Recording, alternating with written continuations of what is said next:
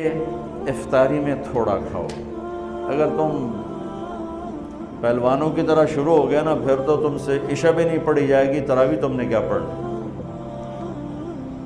روزہ جسم کی فالتو چیزوں کو جلاتا ہے۔ روزہ ایک قوت پیدا کرتا ہے ایمانی شیطان کے خلاف۔ جس نے روزہ رکھا اللہ کی رضا کے لیے، جس نے تراویح پڑھی اللہ کی رضا کے لیے، اس کے پچھلی زندگی کے سارے گناہ اللہ معاف فرما دیتا ہے۔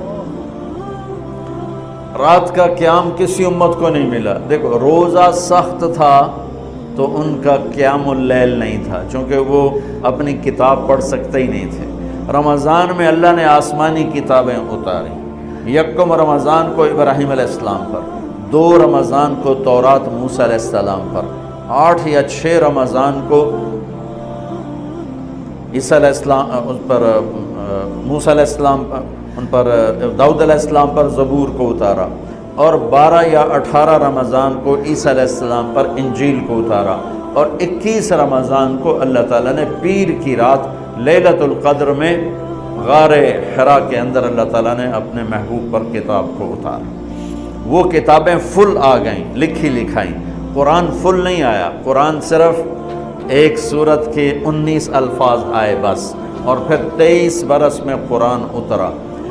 کتنے انبیاء ایسے گزرے ہیں جن کے پاس جبریل زندگی میں ایک دفعہ آیا، زندگی میں جبریل ایک دفعہ، اور 1 سے لے کر آگے کوئی تعداد مقرر نہیں ہے، 100 دفعہ 200 دفعہ۔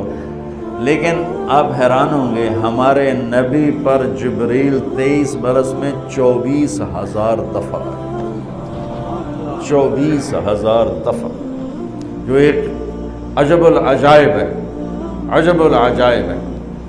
تو میرے بھائیوں، رات کی تراویح، دن کا روزہ، تراویح میں کیا ملنے والا ہے؟ میرے نبی کا فرمان ہے، ہر سجدے پہ 1,500 نیکی، ہر سجدے پہ 1,500 نیکی۔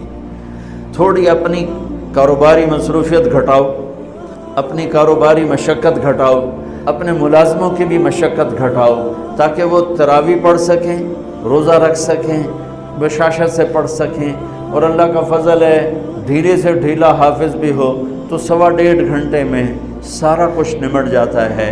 اتنی سی ہمت کرو میرے بھائیوں کہ افطاری میں تھوڑا کھاؤ۔ اگر تم پہلوانوں کی طرح شروع ہو گیا نا، پھر تو تم سے عشاء بھی نہیں پڑھی جائے گی، تراویح تم نے کیا پڑھنا۔ روزہ جسم کی فالتو چیزوں کو جلاتا ہے۔ روزہ ایک قوت پیدا کرتا ہے ایمانی شیطان کے خلاف۔ وہ کیسے پیدا کرتا ہے شیطان کے خلاف؟ اللہ تعالیٰ حلال کو بھی حرام کر دیتا ہے۔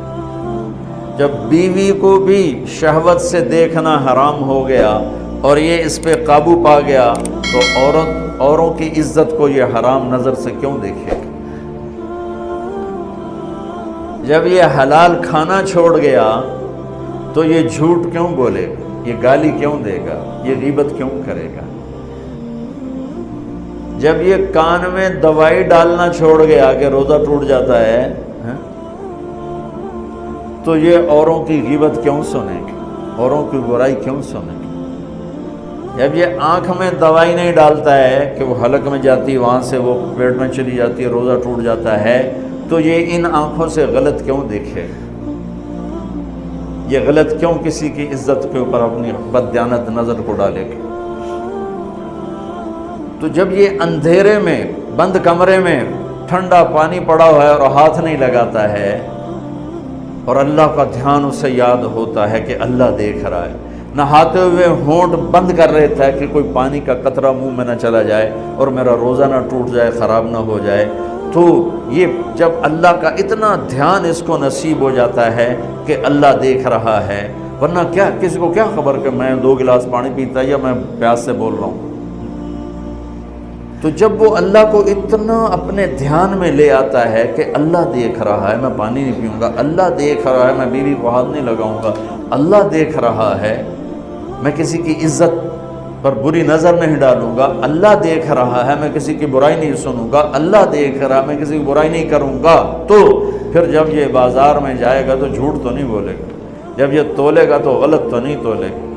ہاں یہ الگ بات ہے، بہت سے مجھے ملے کہ بس رمضان میں جھوٹ چھوڑ دیتے ہیں، اس تو بعد پھر شروع ہو جائے گا رمضان میں رشوت نہیں لیتا ہوں، اس تو بعد پھر شروع ہو جاتا ہے۔ تو چلو شکر ہے ایک مہینہ تو مسلمان رہتے ہیں۔ اچھا اس کی وجہ کیا ہے کہ رشوت خور کہتا ہے جی رمضان میں نہیں جی نہیں، رمضان میں جھوٹ نہیں بولنا، رمضان میں صحیح تولنا ہے، رمضان میں غلط نہیں تولنا ہے۔ کیوں؟ شیطان قید ہو جاتا ہے۔ رمضان میں نمازی کیوں بڑھ جاتے ہیں؟ شیطان قید ہو جاتا ہے۔ کسی امت کو یہ نہیں ملا کہ رمضان میں شیطان قید کیے جائیں، اس امت کو ملا رمضان میں شیطان قید ہو جاتے ہیں۔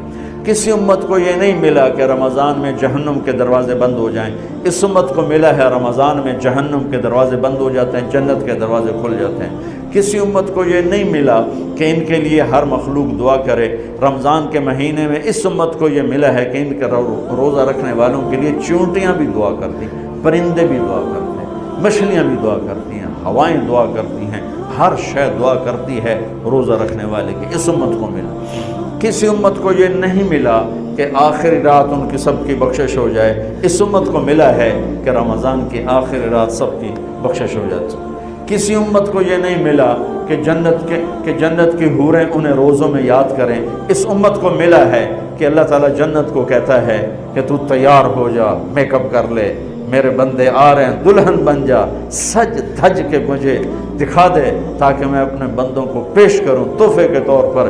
یہ ہے تمہاری بھوک کا بدلہ، یہ ہے حدیث ایمان کو سبسکرائب کریں اور بیل کا آئیکن ضرور دبا دیں کیونکہ آنے والی ان ویڈیوز کی نوٹیفیکیشن آپ کو ملتی رہے۔